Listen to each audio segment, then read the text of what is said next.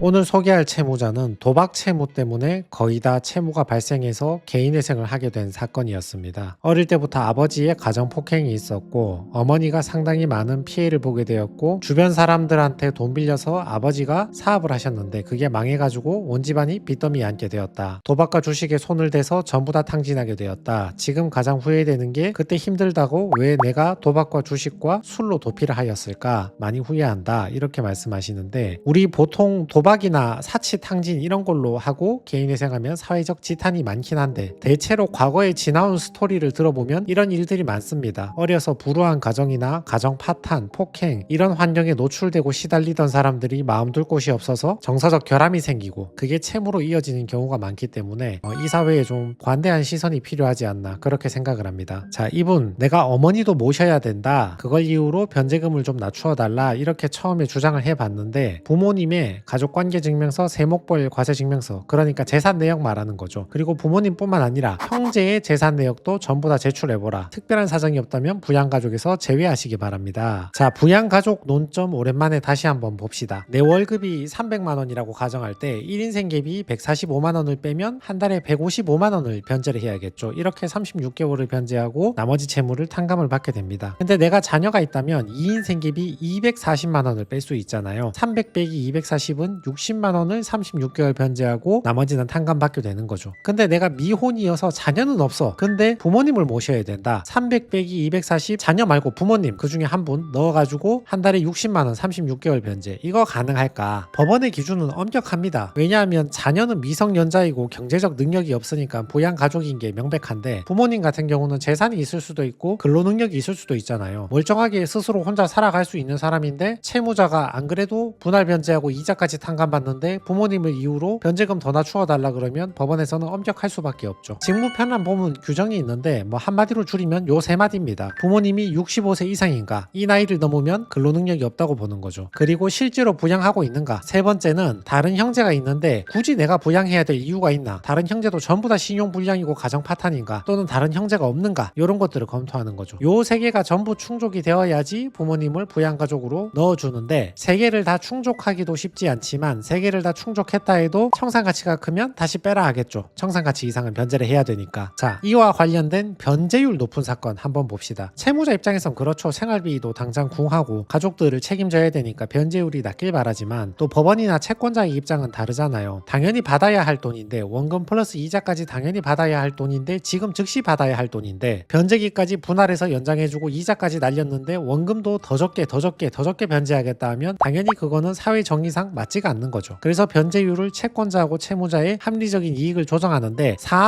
사람마다 다른데 상대적으로 변제율이 높게 나오는 사람들이 있거든요. 첫 번째 미혼인 사람. 내가 소득을 300 버는데 밑에 자녀가 있어서 2인 생계비 240만 원을 빼면 한 달에 60만 원 36개월만 변제하면 되잖아요. 근데 자녀가 없으면 부양가족이 없으니까 나 1인 생계비밖에 뺄 게 없으니까 한 달에 155만 원 36개월을 변제해야 되겠죠. 그러니까 미성년 자녀가 많을수록 공제될 게 많고 싱글이면 공제할 게 별로 없죠. 두 번째는 최저시급 근처가 아니라 그걸 초월해서 월급을 많이 받는 사람들. 내가 최저시급 200 받으면 1인 생계비 145를 빼면 대략 55 정도 변제를 하잖아요. 근데 한 달에 100만 원 더 벌어. 부양가족 특별히 없다. 나밖에 없다. 그러면 한 달에 100만 원 더 내야지 뭐. 어차피 버는 만큼 변제하는 거니까 많이 벌면 많이 내고 적게 벌면 적게 내는 거니까 가용소득 전부 변제 원칙이니까 내 형편 되면 최대한 많이 변제를 해줘야 된단 말이죠. 그러니까 월급 많으면 좀 더 변제하는 거죠. 세 번째가 사치나 탕진 많은 사건. 사치나 탕진한 금액이 청산가치에 반영이 되잖아요. 보세요. 최저시급 200 정도 버는데 1인 생계비 145를 빼고 한 달에 55만 원 변제하면 36개월 변제하면 대충 2천만 원 정도 변제를 하잖아요. 근데 내가 도박으로 날린 돈이 4천만 원이야. 우리 개인회생에서는 자기의 청산가치 이상 변제를 해야 되니까 날린 탕진 금액 4천만 원이 청산가치로 간주된단 말이죠. 그러면 나는 36개월 동안 4천만 원 이상 변제를 해야 되잖아요. 그러면 1인 생계비 145를 빼면 안 된단 말이죠. 그러면 변제금이 너무 작아지니까 1인 생계비를 130까지 내리고 36개월 하면 안 돼요. 60개월로 늘려야 됩니다. 그러면 소득 200 빼기 130 하면 70만 원 되잖아요. 요거를 60개월 변제하면 4,200 정도 되니까 청산가치 4천 이상 변제를 할 수 있는 거죠. 그 현재 가치라는 게 있는데 미래에 변제할 돈을 지금 땡겨왔기 때문에 소액 이자가 더 붙는 개념이 있는데 그래서 딱 4천 하면 안 되고 4천보다 좀 더 변제를 해야 됩니다. 그래서 이거 최근 대출금에 대해서 어디 썼는지 한번 소명해보라. 개인에게 송금한 돈, 유흥비, 과도한 사치, 주식, 가상화폐, 도박, 인터넷 게임 이런 것들은 청산가치 청산가치에 반영하라. 이거 청주법원이었습니다. 이 금액 사치탕진한 거는 청산가치에 반영되니까 이거보다 변제 더 하라 했으니까 사치탕진이 있는지 없는지 살펴봐야 되잖아요. 그러니까 이런 도표로 정리해서 제출하라는 겁니다. 내가 최근에 1,000만원 빌렸으면 그 중에서 생활비로 쓴 거나 기존 채무 변제한 게 얼마인지, 나머지 금액 중에 도박이나 융비나 이런 걸로 날린 거 얼마인지 확인을 하려는 거죠. 자, 이분의 재직 증명서입니다. 23년 10월부터 근로를 시작했는데 24년 7월에 개인회생을 신청하였습니다. 취업한 지 1년이 안 돼서 신청했죠. 최근 취업이 됩니다. 1년 이내에 취업한 사람들. 이런 경우에는 소득 자료가 부족하겠죠. 몇 년 다녔다면 원천징수 신고한 것도 소득세 신고한 것도 내용도 많은데 얼마 안 됐으니까 자료가 별로 없단 말이죠. 그러니까 계좌에 들어온 돈이 얼마인지 다 합쳐서 평균을 내보려는 겁니다. 그걸로 소득으로 인정하려는 거죠. 그러니까 법원에서 취업한 다음 달 11월부터 신청한 지금까지 24년 8월까지 급여를 받은 내역들을 제출해보라. 그래서 매달 받은 급여 명세서하고 그에 대응하는 계좌 내역을 제출을 하는 겁니다. 1년치가 안 되기 때문에 매달 받은 거 있는 대로 모아가지고 제출을 하는 겁니다. 자, 여기 나왔죠. 도박으로 사용한 금액은 모두 청산가치에 반영하시기 바랍니다. 주식 코인은 법원마다 청산가치에 반영되는 데도 있고 안 되는 데도 있지만 도박은 웬만한 법원에서 청산가치에 집어넣으려고 노력을 합니다. 자, 이분은 그래도 괜찮은 회사 다니고 있었는데 편의점 이런 데서 월급 200 받는 게 아니고 괜찮은 회사에서 실수령만 286만원 받으시는 분인데 1인 생계비 24년 기준으로 133만원인데 약간 내려서 126만원 했습니다. 청산가치 이상 변제해야 되니까. 그렇게 160만원 36개월 변제해서 5,700만원 변제하는 겁니다. 그게 자기 채무의 90%를 변제하고 10% 탕감받고 이자는 전액 탕감받는 겁니다. 이분 도박으로 날린 돈하고 남아있는 약간의 재산 합쳐서 청산가치가 5,300만원 정도 되셨는데 그걸 현재 가치로 계산하면 5,400이니까 얘 이상 변제해야 되니까 5,700 정도 변제를 하게 만든 겁니다. 전체 채무의 6,300 중에서 5,700 변제하고 나머지 탕감 분할 변제입니다. 이자는 발생 안 하고요. 청주법원이었는데 7월에 신청해서 11월에 개시 결정 받았습니다. 사건은 빨리 끝났습니다. 자, 정리해 봅시다. 내가 부모님을 모신다는 이유로 변제금을 낮출 수 있는가? 가능은 한데 여러 가지 까다로운 요건을 통과해야 됩니다. 부모님이 65세 이상 근로 능력이 없다거나 물론 장애 등급이 있다거나 아파서 들어 누우셨다면 장애 등급 내역이나 병원 내역을 소명해서 65세 미만이라도 포함할 수 있고요. 실제로 내가 부모님을 부양해야 되고 그리고 다른 형제가 있는데 굳이 내가 부양해야 되는 이유도 소명을 해야 됩니다. 그리고 요걸 3개를 다 소명하면 반영은 할 수 있는데 방금 보셨던 채무자처럼 사치 탕진한 게 많아서 청산가치가 커지면 청산가치 이상 변제를 해야 되기 때문에 조건을 다 통과했다고 하더라도 다시 부모님을 부양가족에서 빼야 되는 경우도 많이 있습니다. 변제율 높은 사건 방금 보셨죠. 미혼이니까 자녀 부양가족에 넣기 힘들잖아요. 그리고 사치 탕진 많아서 청산가치 크니까 그거 이상 변제하려면 변제금이 많아지니까 부모님이 있다 하더라도 집어넣기 쉽지가 않은 거죠. 그리고 급여가 많은 사람 이런 조건들을 다 가지고 있으면 변제율이 높을 가능성이 높죠. 최근 취업 신청일 기준으로 1년 내에 취업한 사람들은 소득 자료가 많지 않기 때문에 일정 기간 월급 받은 내역들을 다 합쳐서 평균 내가지고 평균 소득으로 산정을 합니다.